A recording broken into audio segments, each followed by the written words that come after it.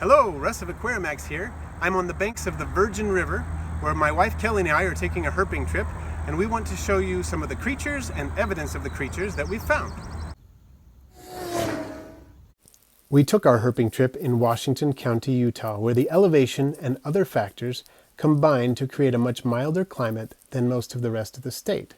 This leads to a lot of opportunities to observe flora and fauna that can be found nowhere else in the state of Utah. First of all, I'll tell you about some of the spineless wonders, or invertebrates, that we discovered on this trip. Very soon, I saw something. I could only see part of its midsection, but after removing some of the debris, I realized that it was a scorpion, a very small one, only about half an inch long. I believe, based on some help I received on arachnoboards, that it may be a Serradigitus wupatkiensis. Quite a name for such a tiny scorpion, but I was glad to have found something noteworthy within the first few minutes of searching. Just a few minutes later, we happened upon this small desert tiger centipede, a young specimen only about 2 inches long. They can surpass 6 inches long, so this one has a bit of growing to do. As these toad tracks can attest, the desert can be a surprisingly fruitful place to find amphibian life. Along the banks of the Virgin River, wherever the water was slower moving, there was a profusion of tadpoles.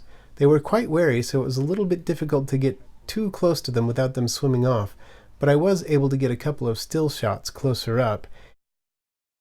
Judging by the differences in appearance, it is likely that more than one species of frog or toad was represented among the tadpoles that we saw.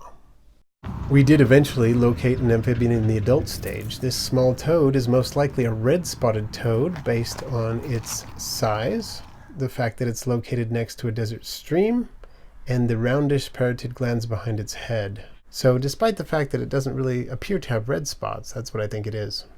Of the various reptile species that we encountered, the most abundant was probably the side-blotched lizard.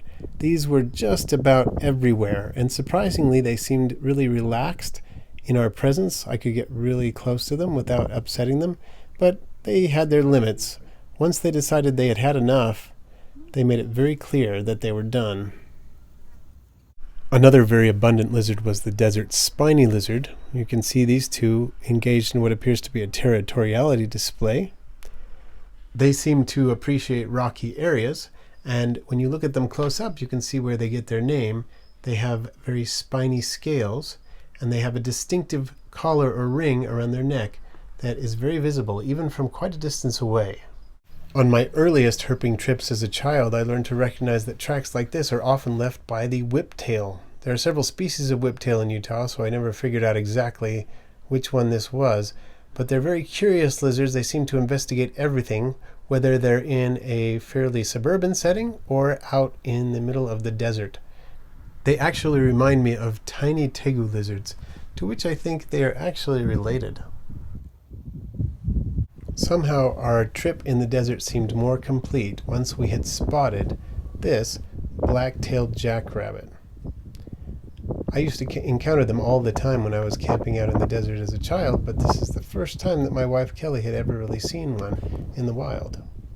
We also encountered a related but very different species, the desert cottontail with an abundantly fluffy posterior. And today we're hiking in the desert northwest of the town of St. George to see which reptiles we can see. This was the last hike of the last day of our trip, and we had been told that sometimes along this trail in the mornings could be spotted a rare desert tortoise, a species that neither of us had ever seen in the wild. We hiked about an hour and a half without success, but on the way back, we finally saw one only about 6 or 8 feet off of the trail. As we were observing it, a group of bicyclists came by, and one of them mentioned that though he had frequented the area for 11 years, this was the first time he had ever seen a desert tortoise.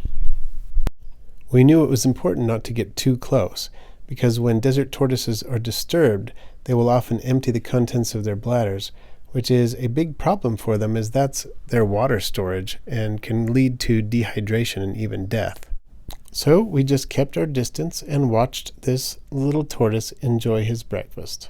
And as my wife says, it's hard to say why, but there's something about watching tortoises eat that is just incredibly cute. We would have liked to have stayed longer, but it was almost time to check out of our Airbnb. So we headed back towards the car, but imagine our surprise when right on the trail was another tortoise. 2 for the price of 1. I'd say it was a pretty successful herping trip.